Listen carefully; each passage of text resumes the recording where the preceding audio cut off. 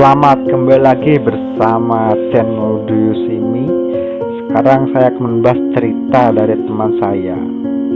Selamat malam Jumat dan selamat menikmati.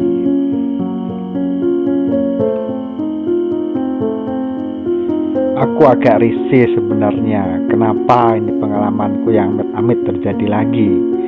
Kejadian ini menimpa keluarga kami pada tahun 2004 waktu aku masih duduk di bangku sekolah dasar. Ngomong-ngomong, namaku Rizal. Aku anak sulung dari 4 bersaudara. Aku tinggal hanya bersama ibu dan kakak kedua dan ketigaku, karena ayahku sudah lebih dulu meninggalkanku karena penyakit jantung.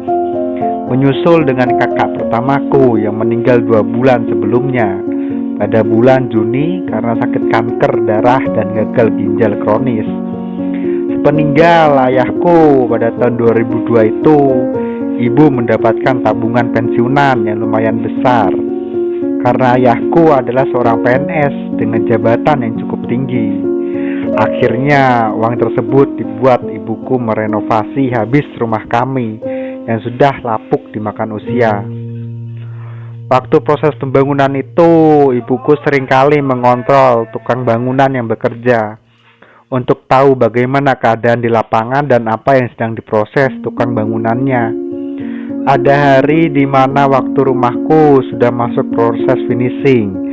Ibuku sedang mengontrol pembangunan. Ada seorang tetangga kami, wanita tua yang bernama Bi Rumi. Rumahnya di belakang rumah kami.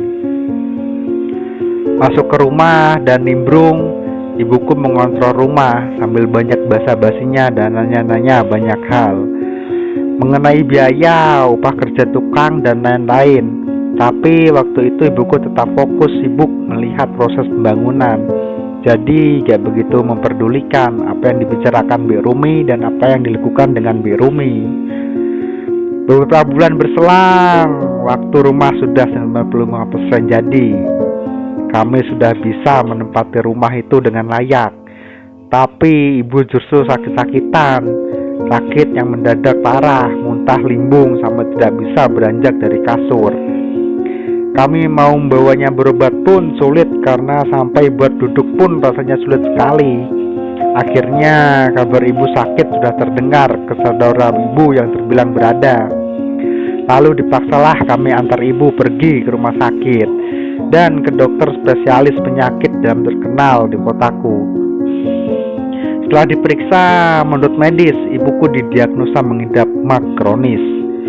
Ibu akhirnya mengambil berobat, jalan dengan cara kami urus sendiri di rumah.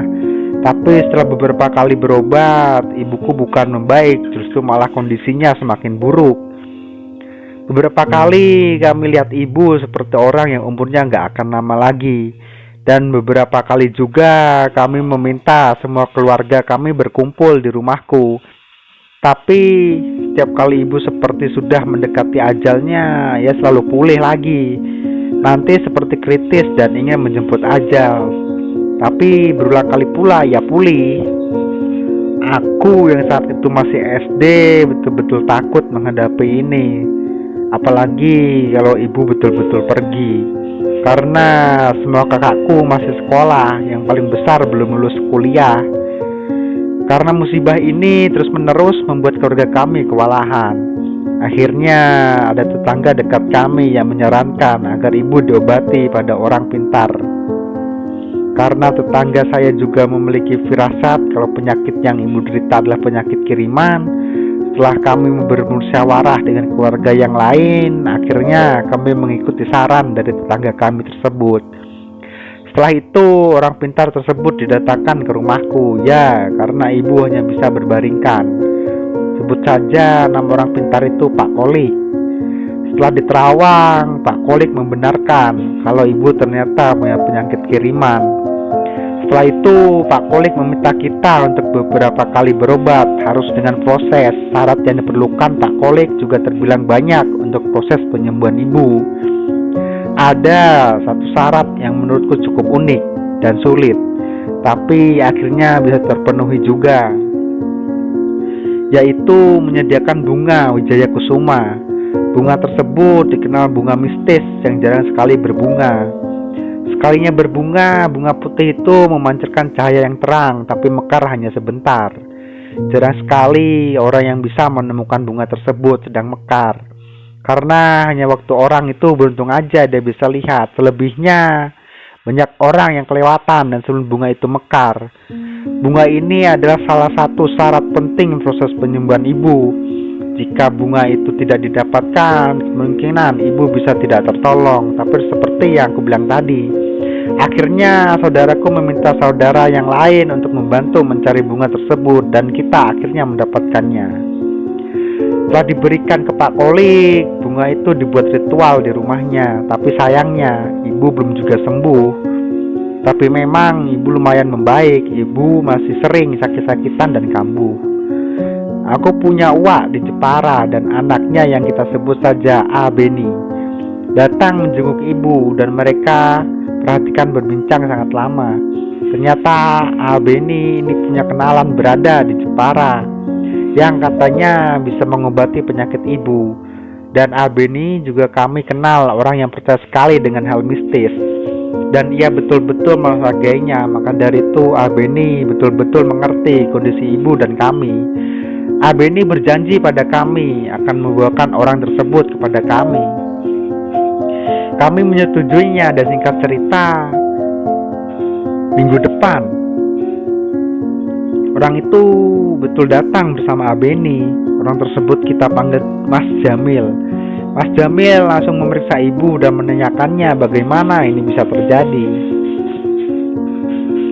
Pada akhirnya seperti biasa, Mas Jamil meminta beberapa syarat, salah satunya yaitu telur angsa. Telur angsa itu nantinya akan ditanam di bawah lantai rumah. Setelah itu besoknya Mas Jamil dan A. Beni akan kembali menelusuri proses penyembuhan ibu. Seluruh keluargaku menyaksikan bagaimana prosesnya, dan menurut penerawangan Mas Jamil, orang yang mengidap penyakit ini adalah orang yang rumahnya di belakang rumah kami.